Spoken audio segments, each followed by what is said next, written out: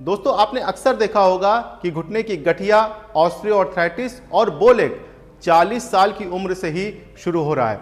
लोग पैंट पहनते हैं, उसके ऊपर से पैरों का टेढ़ापन साफ देखा जा सकता है और कम उम्र में ही लोग साइड बाय साइड इस तरीके से झुक करके चल रहे हैं। हमारी क्लिनिक पर जो भी पेशेंट आते हैं वो यही कहते हैं कि डॉक्टर साहब हमारे अंदर साइड जो एरिया है यहीं पे ही ज़्यादा दर्द होता है, यहीं पे ही सूजन है, और जब हम पैर को मोड़ते हैं और सीधा करते हैं तो बहुत ही शार्प शूटिंग पेन होता है। और आजकल एक बात और हो रही है कि हमारा कदम जो है वो बहुत ही छोटा पड़ रहा है, हमारी चाल जो है वो बहुत ही धीमी हो गई है और चलते चलते हमारा पैर जो है वो लचक जाता है इस तरीके से। इसकी वजह से बहुत तेज़ हमारे पैरों में दर्द शुरू हो जाता है और जब हम चलते रहते हैं तब तो ठीक रहता है, लेकिन जैसे ही हम मुड़ते हैं तो लगता है कि कहीं हम डिसबैलेंस ना हो जाएं, गिर ना जाएं, और बाथरूम वगैरह में हमारा पैर बहुत ही आसानी के साथ स्लिप कर जाता है। गिरने का खतरा हमारा हर वक्त बना रहता है। तो क्यों ना हम जो है इसमें रिप्लेसमेंट करवा लें। हमको जो है एक्सरसाइज करनी आती नहीं है, रोज़ हम डेली एक्सरसाइज कर नहीं पाते, रोज़ हम बाहर जाकर वॉक कर नहीं पाते।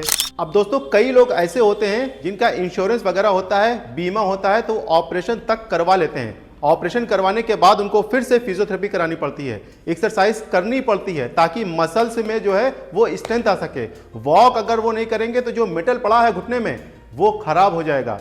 दोस्तों वो इंडियन सीट के ऊपर बैठ नहीं पाते, पैर उनका पूरी तरीके से मोड़ नहीं पाता, पलथी मार करके वो बैठ नहीं पाते। और आप उनसे जरूर पूछिएगा कि जिस दिन वो ज्यादा चल लेते हैं, ज्यादा देर तक खड़े रह जाते हैं, या जब मौसम बदलता है तो आपके दर्द होता है या नहीं होता है।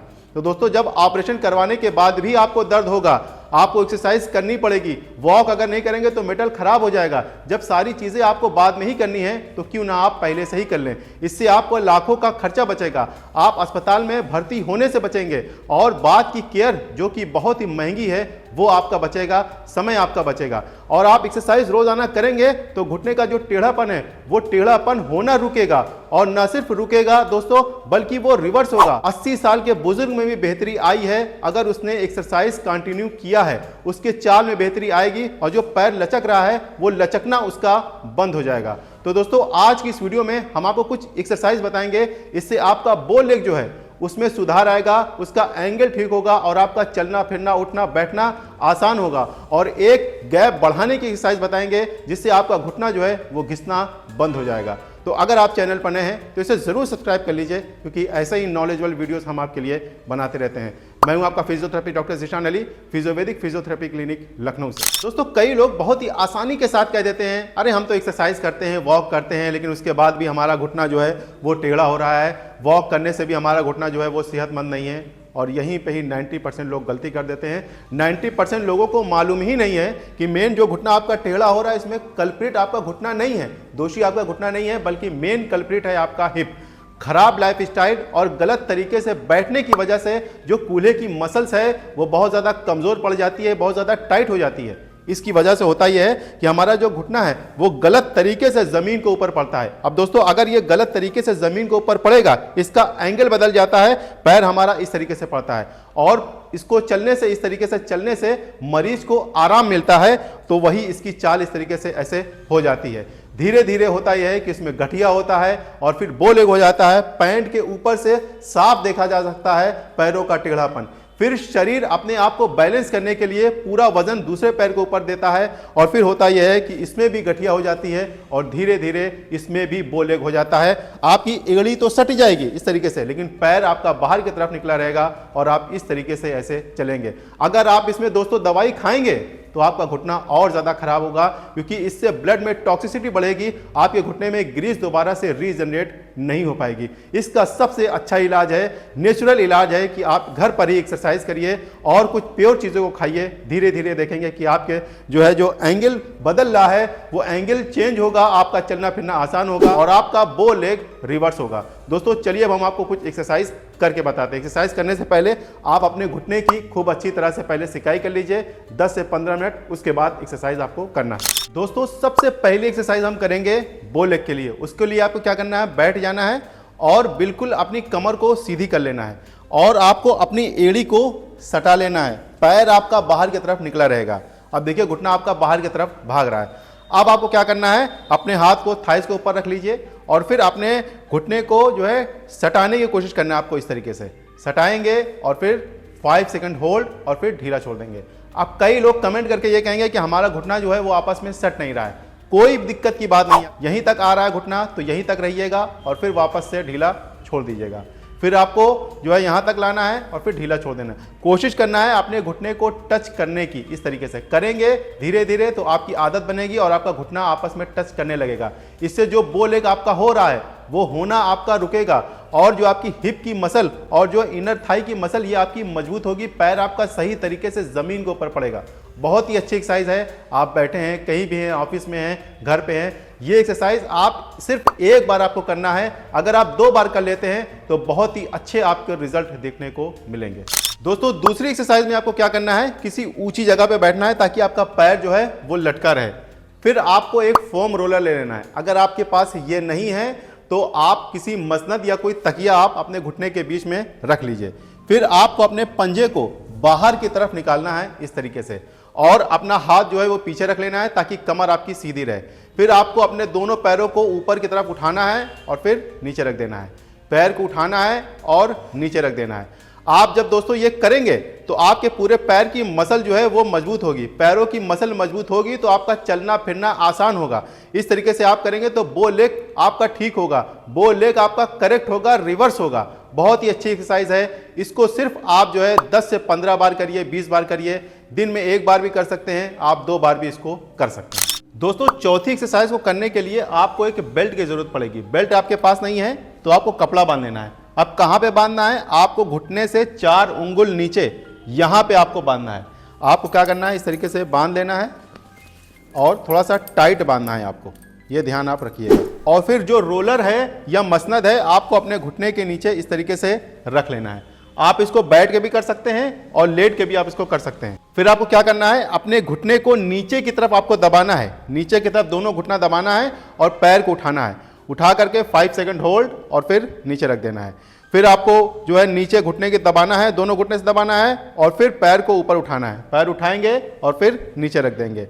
दोस्तों बहुत ही अच्छी एक्सरसाइज है बो लेग के लिए। इससे आपका घुटना स्ट्रेंथ होगा, आपकी जांघ की मसल स्ट्रेंथ होगी और जो हिप है इससे आपका मजबूत होगा, पूरा पैर आपका मजबूत होगा और जो बो लेग है वो आपका रिवर्स होगा। अगर आप इसकी जो है पावर को बढ़ाना चाहते हैं तो इसको नेक्स्ट स्टेप में लेकर के आपको चलना है। आपको क्या करना है, ऊपर की तरफ उठाना है, फिर अपने पंजे को खींचना है। पंजे को खींच करके 5 सेकंड होल्ड और फिर पंजे को ढीला छोड़ के और फिर आपको नीचे रख देना है। फिर उठाना है, पंजे को खींचना है। आप इसको खींचेंगे तो यहाँ पे आपके जो है एक स्ट्रेचिंग आएगी।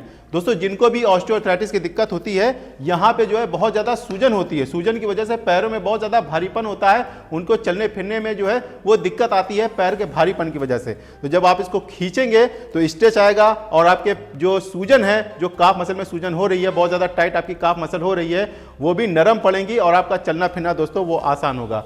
ये एक्सरसाइज आप जो है सिर्फ 5 से 10 बार शुरुआत में करिएगा। बस ये ध्यान रखिएगा कि इसका जो बेल्ट है वो अच्छे तरीके से आपको बांधना। अब दोस्तों चौथी एक्सरसाइज हम क्या करेंगे, अपने पैर को मोड़ लेंगे और एक पैर अपने यहां पर इस तरीके से रख लेंगे।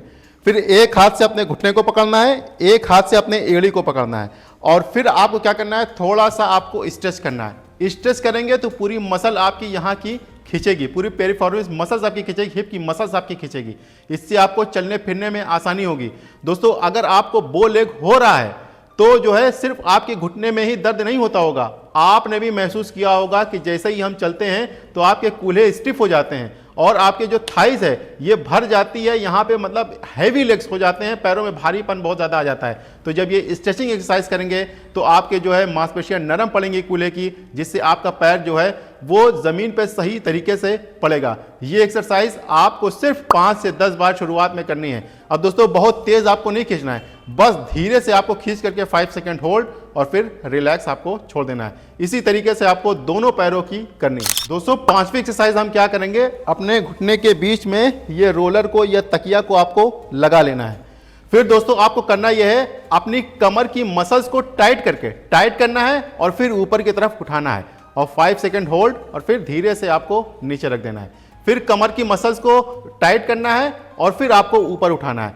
इसको करेंगे तो आपके कूल्हे और कूल्हे की आसपास की मांसपेशियां आपकी मजबूत होंगी, आपका चलना फिरना आसान होगा। जो आप कह रहे हैं ना कि चलते चलते जो है ऐसा लगता है कि कहीं हम गिर ना जाएं, तो दोस्तों ये कूल्हे की मसल्स कंट्रोल करती है हमारे बैलेंस को और हमारे पैर को अलाइन करने का काम करती है। जब आपका कूल्हा मजबूत होगा तो आपका गिरने का खतरा कम होगा। और दोस्तों अगर आप 50 साल के बाद 60 साल के बाद गिरते हैं तो फ्रैक्चर होने का रिस्क जो है वो बढ़ जाता है और कूल्हे में ही सबसे ज़्यादा फ्रैक्चर होता है। तो ये एक्सरसाइज आप करेंगे तो आपके कूल्हे मजबूत होंगे, इससे आपके घुटने पर लोड जो है वो कम से कम आएगा। इस एक्सरसाइज को सिर्फ आपको जो है वो 10 से 15 बार शुरुआत में करनी है और सिर्फ दिन में एक बार करिए, आपको बहुत ही अच्छे रिजल्ट मिलेंगे। अगर आप चाहते हैं कि जो है मतलब जल्दी से हम ठीक हो तो इस एक्सरसाइज को आप 2 बार जरूर करिएगा। दोस्तों अब हम करेंगे घुटने के गैप बढ़ाने की एक्सरसाइज। गैप बढ़ाना बहुत ही ज़्यादा ज़रूरी है। अगर आपकी उम्र 40 साल से ज़्यादा या आपने एक्सरे कराया है तो मीडियल साइड वाला आपका एरिया जो है वो घिस रहा है, तो जब आप इसको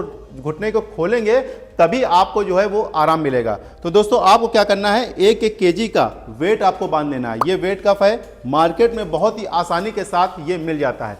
ये 1 केजी का हम यहाँ पे प्रोडक्ट भी टैग कर दे रहे हैं, आप यहाँ से जाकर के चेकआउट कर सकते हैं या किसी भी सर्जिकल की शॉप पे आपको ये बहुत ही आसानी के साथ मिल जाएगा।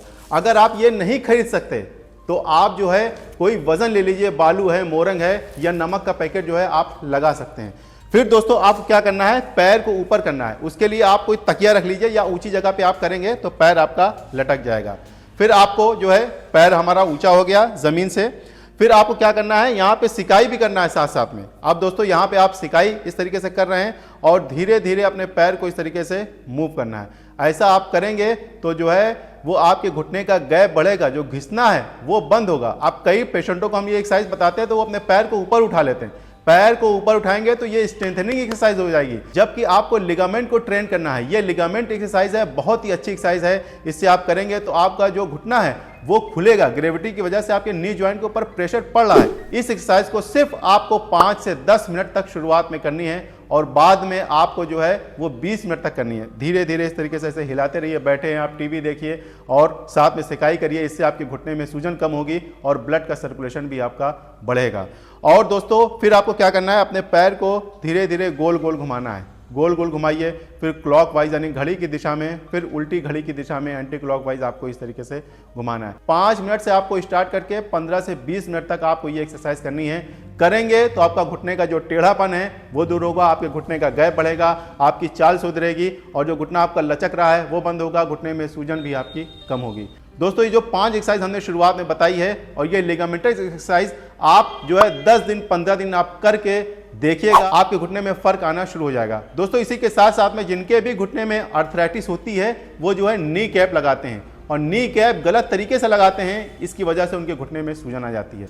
तो नी कैप आपको कब लगाना है, कितनी देर लगाना है, कब आपको नहीं लगाना है, किस कंडीशन में कौन सा नी कैप पहना जाता है, इस वाली वीडियो को आप जरूर देखिएगा। Thank you very much.